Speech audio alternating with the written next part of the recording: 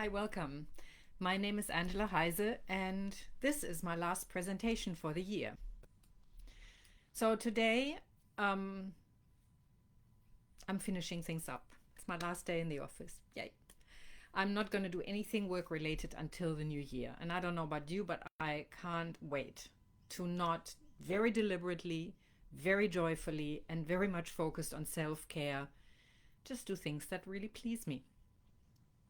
Yes, of course, there will be things that I have to do, but I will choose those very deliberately. So, because if there's one thing that the holiday season does exceptionally well, it is pushing people straight into overfunctioning, into overwhelm, and emotional regression, often with a smile and a pencil bow on top. So, today I want to talk about surviving and thriving during the holidays because a lot of people just focus on surviving. Thriving is so far from their mind. And I want to just clarify some things that will help you do that. And I want to be very clear right from the start. Self care at any time, especially during the holidays, is not optional. Recognizing your emotions so you can self regulate, foundational. Nothing works without that. Knowing how your emotions connect with your needs, crucial. And setting boundaries that protect your peace, priceless. So when it comes to all of these, communication is critical. And that means you might have to talk more than you used to. Because Christmas has a remarkable ability to reactivate old patterns and old trauma as if they were happening in real time. And so self-awareness matters much more than ever, which is why maybe sometimes over-explaining and over-communicating is really important. For many people, Christmas is simply not the best time of year. Christmas is a memory machine, and not the good memories, because old dynamics get replayed, old roles get reassigned, and old expectations slip back into place in family dynamics without ever being discussed. So your body often reacts before your mind catches up. So possibly your stomach churns at the thought of seeing certain people. And that's information. It's not drama. It's not ingratitude. It's not, not being respectful or anything. It's information. And it's information that I would invite you to utilize and start shaping the Christmas that you want to have. Now, for me, I did not enjoy my childhood Christmases. There was always way too much food that we were expected to eat to honor the cook, stuffing ourselves until our stomachs hurt and our heads ached because that was the only way we could show appreciation.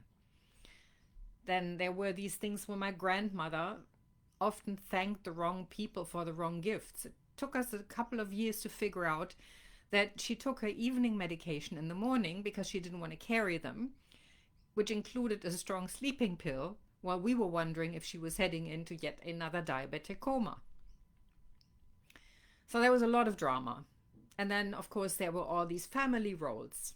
And I grew up in a very male-dominated, very authoritarian household. So my father would set up the Christmas tree very reluctantly, that he didn't buy. We had to do that. And then he insisted, he didn't decorate it, by the way. He insisted on maintaining his usual weekend routine of watching sport on TV, while my mother and I struggled to decorate, cook, and prepare everything else. I had a younger brother who was also excused from all of these Christmas chores, who spent a lot of time, riding his sleigh or his bicycle, depending on the weather, around the neighborhood, and often forgot that Christmas altogether. And there were many, many years where he would watch me wrap my presents. And then when asked me what was going on, and then with genuine horror, raced back into his room and started painting. He was a really good artist, but he painted things that he then handed out with the caveat, careful, they're still wet. So the adults argued. There were lots of old resentments that surfaced, and then alcohol, of course, amplified everything. And we were always told to be seen but not to be heard. We were too loud, too boisterous. We were bothering the adults. So it was all about the adults' needs. It was not about the children's needs. And then, of course, when emotions flared up. Christmas meant walking on eggshells. I was always waiting for the explosion. So I hated it. I really, when people say to me, so do you miss Christmas in Europe? And I go, actually, not so much. So I share this not to tell you how terrible that was. I share this because many of you will recognize parts of your own story in this. There will be people you don't want to see, food you don't want to eat, presents you don't want to give or receive. There will be things that you're supposed to do because it's traditional and you just don't want to do them. Now, for me, my Christmas today looks very different. It's totally low key. I spend it with people that I really want to spend time with. I eat food that I actually enjoy without going into a food coma. It's all about connection, playing board games, whatever it might be. And it's all about creating clear agreements about how we want to spend time together. So here's the first and most important question I want you to sit with. I invite you to actually contemplate this. What kind of Christmas do you want? Not what tradition dictates. Not what the loudest family member expects. Not what you've always done. What do you want? If your body tenses at the thought of spending Christmas with certain people, you're allowed to say no. If hosting means you will be exhausted and resentful, how about letting somebody else host so that you can leave anytime you want? And if feeling alone feels better than being surrounded by chaos, choose that. And then if you really want company, decide on who that is intentionally. I recently heard about someone whose extended family automatically assigned her the role to host all the Christmas celebrations after the grandmother died, who had done all of these things. So no one asked her if she wanted to. Nobody contributed food. There was no discussion around rotating hosting. People showed up, complained, compared her to a grandmother who had far fewer responsibilities at that stage in her life, and completely ignored repeated requests to change the arrangements. Guess what she's doing this year? She's taking her immediate family, her husband and her kids, on a trip. And that's not selfish. That is sane self-care. So here are some practical, simple things that help you support yourself during Christmas and that help prevent Christmas from becoming emotional warfare. Outsource task. You do not have to do everything yourself. Think about who could do what. Outsource the things you really don't want to do. Share the dishes, whatever it might be.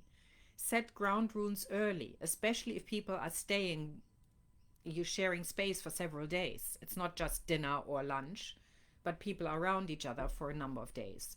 Then ground rules before you get together are really, really important. You may also want to agree on phone boundaries. Now, one option could be to put phones in a pile during meals or during gift opening or whatever you decide. And whoever reaches for their phone first does the dishes or any other unpleasant task. You can make a list beforehand, age appropriately, and just assign those if need be. And remember to negotiate time alone. Even during family celebrations, you are allowed space to integrate, to just dangle your soul, as we say in German.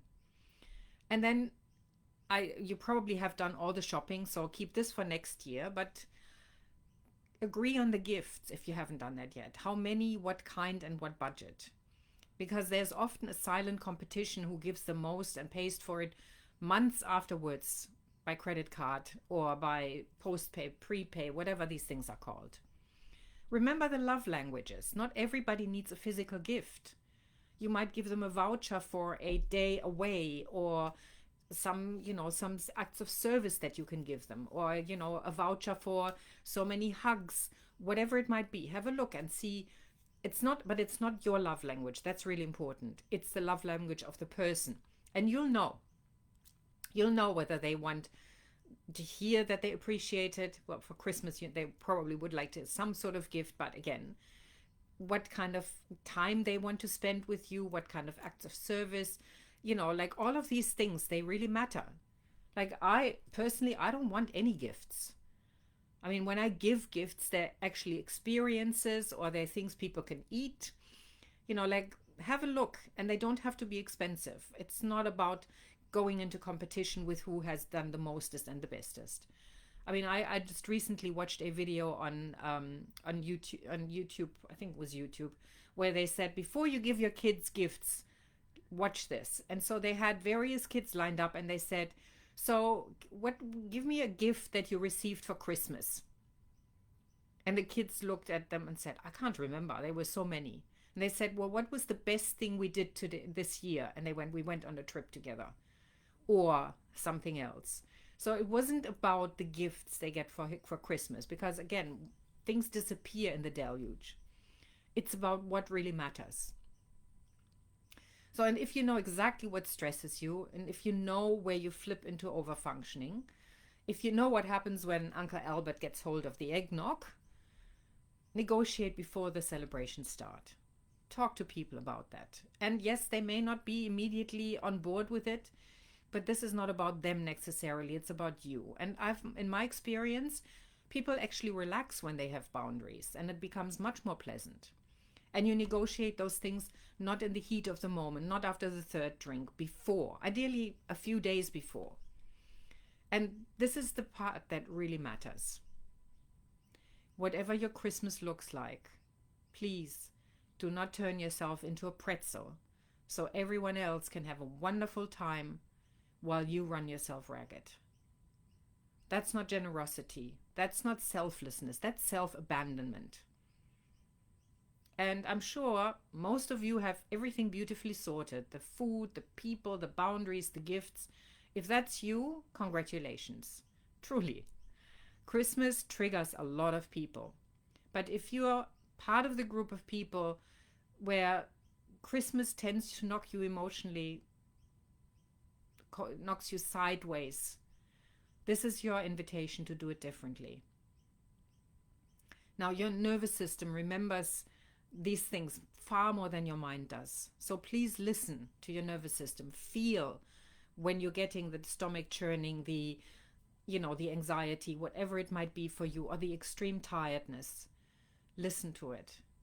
So as you move through the holidays, ask yourself, what do I need to stay safe, steady, and present? What boundaries will support that so I can stay safe, steady, and present? And what am I willing to let go of this year? So surviving the holidays is sometimes a win. Thriving happens when you honor yourself while you're in them. Thank you for being here today. Thank you for your attention. Take care of yourselves, and I will see you in the new year.